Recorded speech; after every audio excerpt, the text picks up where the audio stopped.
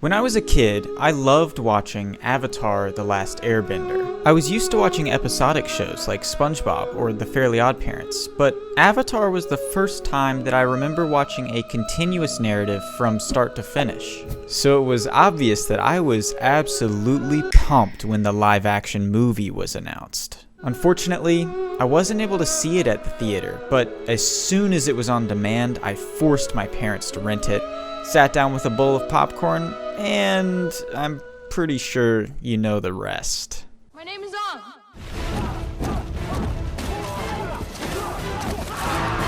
When I was a kid, it was very easy to please me when it came to movies. I even liked Dragon Ball Evolution as a kid.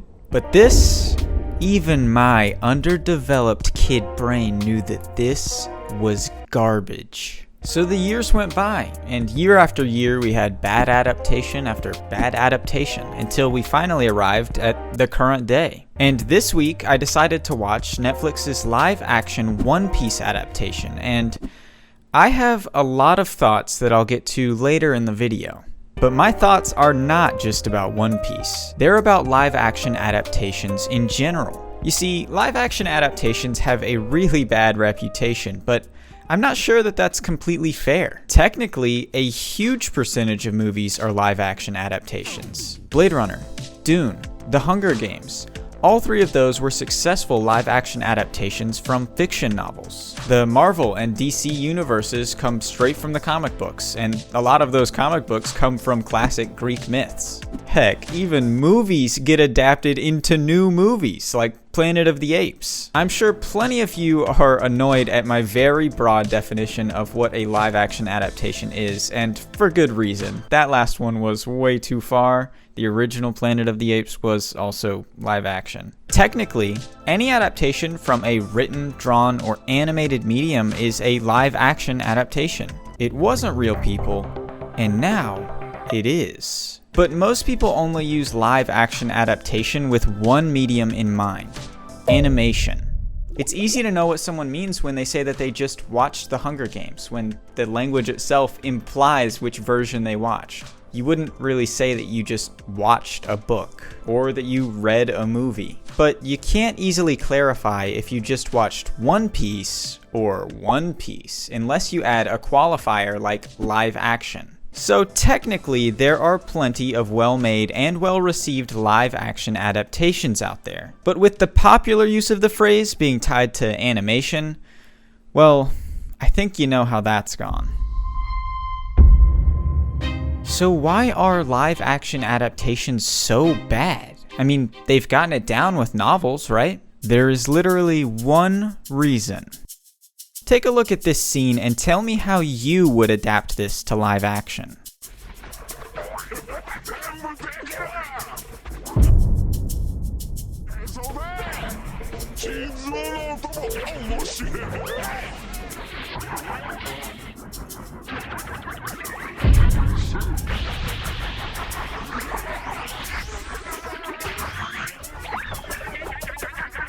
That's right, you can't. And I do mean you specifically. Someone could probably do it. Balancing the expressive qualities that animation provides with a live-action feel that doesn't hit that uncanny valley is next to impossible. So you have a few choices when you're adapting. Option 1 is you adapt the show 1-to-1. You get a perfect replica of the show down to every last detail. But you will most likely fly way too close to the uncanny valley, or you'll go too over the top and people won't be able to connect with your characters because they won't feel human. Option 2 is you adapt very loosely and you attempt to ground everything in reality. While this might come across as the safer option to appeal to the average viewer, all it really does is dumbs down the original source material, and that makes the adaptation meaningless in the first place. Option 3 is that you adapt what you can and you work around what you can't. Option 3 is obviously the right answer, but it is so much easier said than done. You have to have a full understanding of everything about the source material. You have to be able to adapt every character's plotline, their themes, their character arcs, while changing them and trying to arrange them in ways that still stay true to the original vision. It definitely is anything but easy. And we've seen this attempted time and time again. In 2017, Netflix brought the beloved manga and anime Death Note into the real world with a live-action adaptation. This seemed like a really smart pick for a live-action adaptation. The only fantastical element in the show is the Shinigami, like Ryuk. Otherwise, it's a mystery thriller that should translate perfectly. Okay, well, not all of them can be winners. In 2021, Netflix brought the beloved anime Cowboy Bebop into the real world with a live-action adaptation. This one, right here, this one really seemed like a great pick. Cowboy Bebop is actually pretty grounded. Sci-fi is an absolute staple for Western blockbusters, so adapting it shouldn't be too hard, right? I think you see where this is going. Netflix just released a live-action adaptation of the beloved manga and anime One Piece. Another failure in the Netflix adaptation lineup was basically guaranteed at this point with how difficult One Piece would be to adapt to live action. Look at this world. Look at the expressive animation. Look at the over-the-top character designs. So of course, I can confidently say that Netflix's One Piece adaptation was actually good? Wait, what? Somehow, by the grace of Mr. Netflix himself, they've pulled it off. One Piece is actually pretty good. Sure, it has its flaws, nothing is perfect, but it is way better than it has any right to be, especially with Netflix's track record. The production design is great. It nails One Piece's cartoonish art style, but keeps it grounded enough to feel realistic.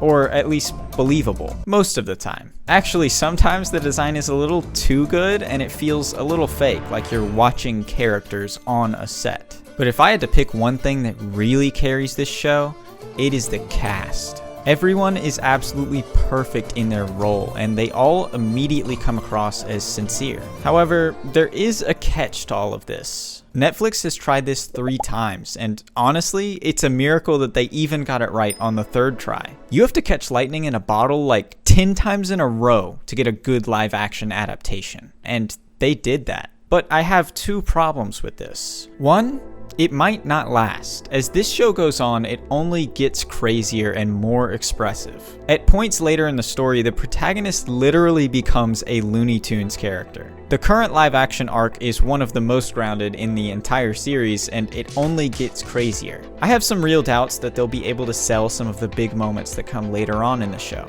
And that's where my second point comes in. Some things literally can't be adapted into live action. Okay, maybe that's a bit harsh, but to adapt some exciting moments in manga and anime is near impossible.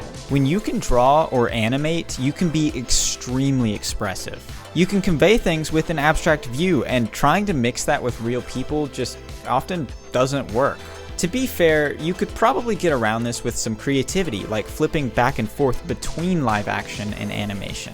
But I feel like that somewhat defeats the point of a live action adaptation in the first place. But they have started really strong here, and I do truly hope that they continue to make a very solid live action adaptation. So, in all truth, not all live action adaptations are bad. In fact, there have been some really great adaptations in the last decade. And I feel like we may be entering an era where a lot of filmmakers are actual fans of the source material as opposed to studio executives just trying to make a quick buck.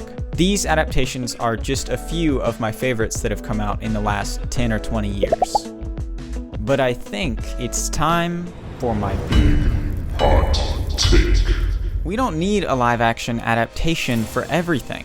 In fact, I would venture to say that we don't need a live-action adaptation for most things. Animation is unique because it can portray things that aren't realistic, and it can get away with that. Can you genuinely tell me that any of the Disney live-action adaptations are even remotely close to the same level of quality as the animated versions? The visual effects are top-notch. The story is exactly the same. But it just lacks that magic that really comes through with the expressive animation from the originals. Often, the stories written in manga or portrayed in animation were made for those art forms first and foremost. To make a live-action adaptation is to retrofit a story that was made specifically for animation into a live-action format, and usually that just means making it more boring. But hey, that's just my hot take. I'm sorry if I got too passionate or animated. I humbly apologize for that bad joke. Alright, thanks for watching. Bye.